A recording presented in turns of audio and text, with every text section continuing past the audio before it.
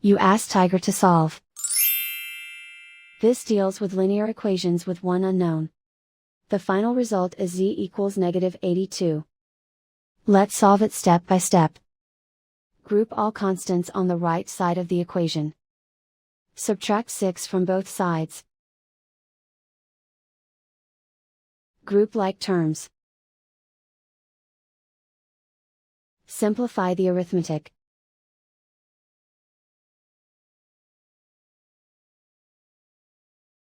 Convert the g into a positive number. Multiply both sides by -1.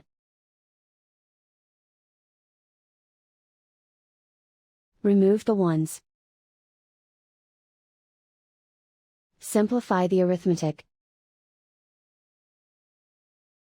And so the final result is z equals -82.